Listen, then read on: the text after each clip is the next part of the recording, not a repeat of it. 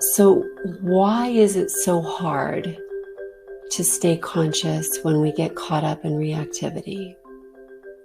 Remember, I said that really the trap is some patterning within us that is locked in that moment of reactivity. That's the snare, that's the trap, that locking in of patterning. And it's typically patterning that's rooted in fear. It's patterning that's rooted in fear that locks us in. So when I started yelling at my boyfriend, honestly, I was afraid. I was afraid of more pain. I was afraid that I wouldn't be able to get inside the damn house as quickly as possible, and that would cause me more pain. I was afraid. So what does fear trigger in the body? We know this, right? What does fear trigger in the body? It triggers the stress response, right? So now listen to this because it will all start to make a lot more sense when we can understand a little bit more about our neurobiology. So patterning that's rooted in fear locks in those moments of reactivity, and fear triggers the stress response. So when we trigger our stress response, we trigger the limbic system in the brain. Why I'm going like this is because the limbic system is in the underbelly of your brain. And it's the system of your brain primarily responsible for fight or flight, right? So triggering the stress response activates the limbic system, and it starts sending all these crazy messages down through the body and upwards through the brain. Messages like, we're in trouble here, guys, danger, danger. We need to start to mobilize, something bad is happening. We might need to get out of here, right? So when it gets triggered, the limbic system starts sending those kind of messages down through the body, right? That's why you get those feeling, the heart starts beating faster, the muscles tensing, danger, danger.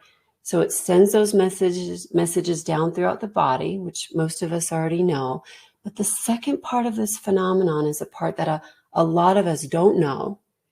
And that's at the limbic system. So if this were your brain, this is a common way to talk about it. Dr. Dan Siegel's hand model of the brain. So the limbic system is kind of under here, right? Represented by the thumb kind of folding under.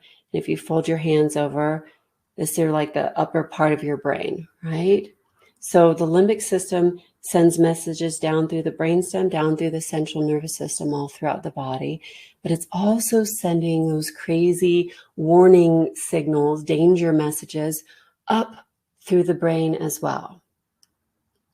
Now, mindfulness, presence, awareness, compassion even, insight, perspective, these functions, mindfulness, presence, awareness, compassion, having insight, having perspective, these functions happen in some of the upper levels of the brain, primarily the prefrontal cortex, which is here. So in my hand model, it's here in the front of the brain, right? In my actual head, it's here behind the forehead, the prefrontal cortex. So the crazy messages are coming from the limbic system, going down through the body, but also up through the brain. And when we're able to stay grounded and integrated, regulated, the prefrontal cortex can respond to those crazy messages. It can reply. And there can actually be a back and forth of communication through the brain, an upwards and downwards discussion where we're kind of getting a more balanced discussion, both sides of it, not just the limbic system.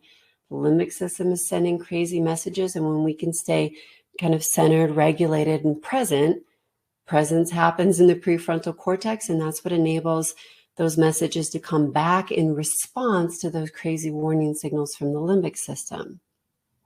So when we can stay conscious, the prefrontal cortex can reply to the limbic system. It can soothe and regulate it with messages like, it's okay, we've been here before. We're not really about to get eaten by a tiger. You can stand down. It's just a door that's not opening, Michelle. You don't have to freak out. You're going to survive this, right? If I can stay in presence, I can remember where I am, what I'm doing. It's just a door.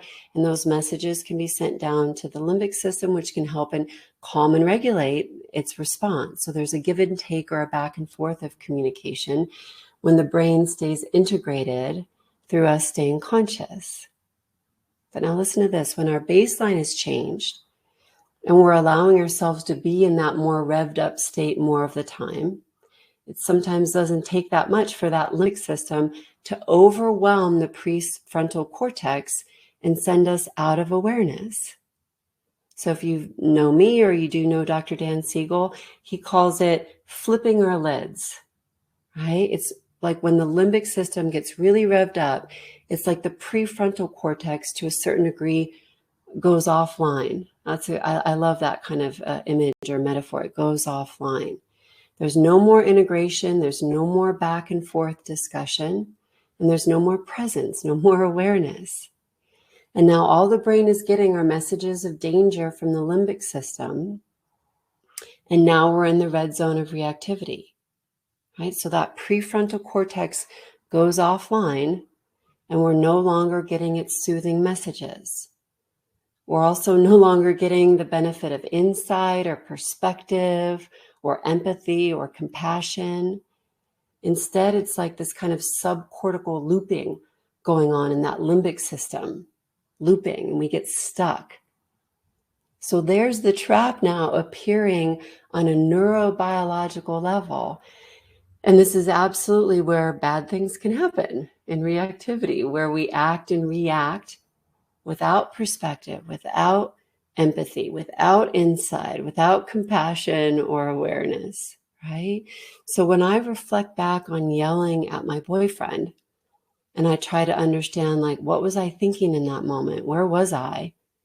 Again, I have that strong sense that I was offline. I wasn't there. So there was no integration happening, and I yelled and acted honestly without care and really out of alignment of how I wish to treat anyone, much less someone I find so precious, right? Because I was offline. My awareness was offline. The prefrontal cortex, where awareness and mindfulness happens, gotten overwhelmed by that limbic system and goes offline. So in that moment of me not being able to press the damn button down and open the door, I honestly didn't care about anyone but myself. I didn't. Everyone else just disappeared, right? Because the prefrontal cortex goes offline.